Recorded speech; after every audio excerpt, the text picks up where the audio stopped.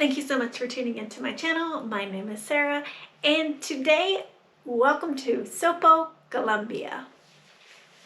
Sopó is not on your typical backpacker trek at all, so it was really difficult for me to find information, so I would like to share today a little bit of the history of Sopó as well as 7 things to do when you decide to visit.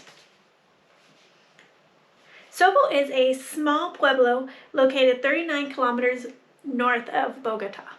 You can take the bus, it'll take you about an hour. I took the bus from Zipaquirá, which took me about 45 minutes. The elevation here is 8,690 feet, so it is a bit chillier, so don't forget your jacket or your umbrella because it has been raining since I got here. The area of Sopó originally was inhabited first by the indigenous groups during the Herrera period, and later the Muisca, before the arrival of the Spanish in 1537. Sopó is also home to Alpina, which is the 3rd largest Colombian dairy company. It was founded in 1945 by 2 Swiss guys, Max Banziger and Walter Gugel.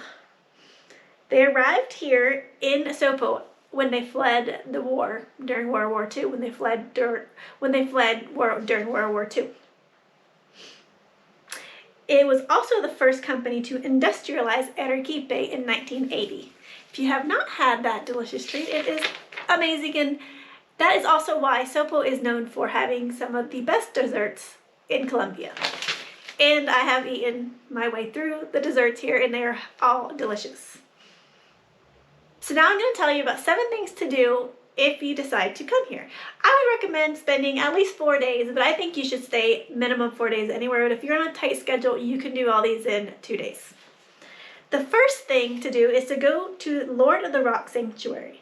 The story is, December 3rd, 1753, a washerwoman named Rosa Nieto discovered a stone with the image of Jesus.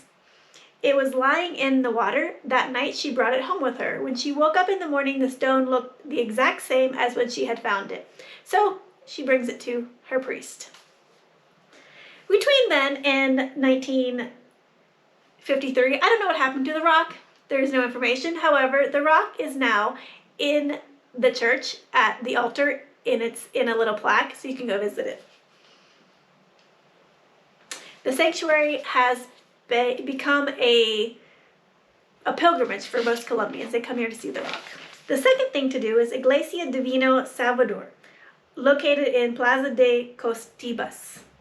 The church was founded in 1612 and became famous for its mysterious collection of oil paintings called Los Arcángeles de Sopó. No one knows who painted them or how they got here, but they are still there, and you can go inside and see these paintings. And you can walk around the plaza. Normally there are artisanal shops set up. You can buy coffee, you can have a treat, you can have a coffee, and you can just walk around the plaza. It's full of nature, and you can see the mountains, and if it's raining, you might see a rainbow like I did. But it is a beautiful little area just to hang out in. And also, while I'm talking about walking around, it is very safe here. There is no issues with theft. I've had no problems walking around. It is also one of the cleanest Colombian cities I have ever been to. The third thing to do is go to Pionono Ecological Park, which is 60 acres of park in a natural reserve. You can get to the park by walking 4 kilometers straight uphill, like I attempted and failed, and got rained out, or you can take a taxi for 25,000 pesos. Probably ripped me off, but if you're a foreigner, you're gonna get charged about that. And the day I went, don't go on Easter Friday, Good Friday, it was closed. So I actually didn't see the park, but I did walk up to it. The park was an important part of the ceremonies for the Muisca community, called El Rito de Correr la Tierra. The indigenous youths had to go through the rite of passage in the 5 sacred lagoons, Guadarita, Guasca, Siecha.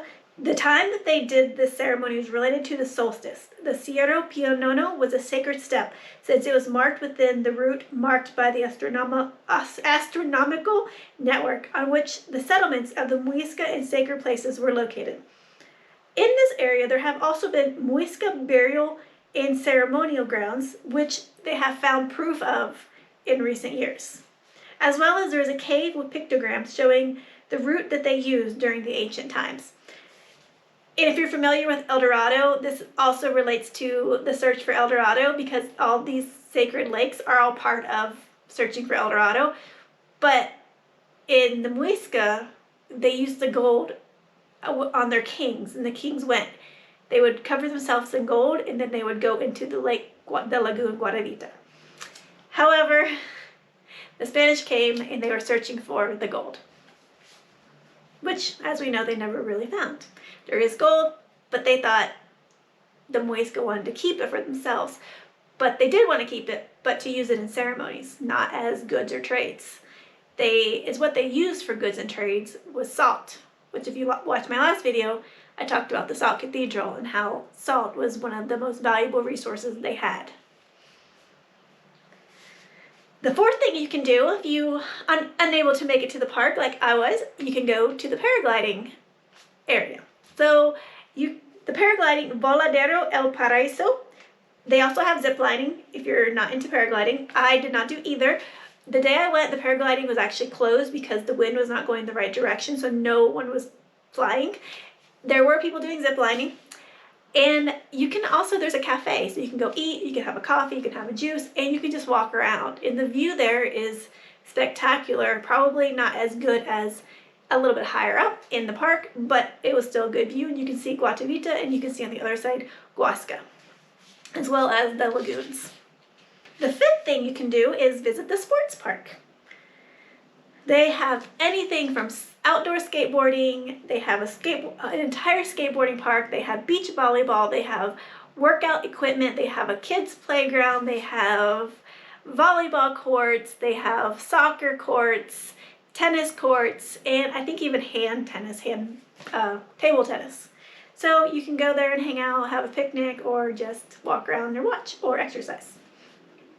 The sixth thing that you can do is, of course, visit the Alpina Lodge.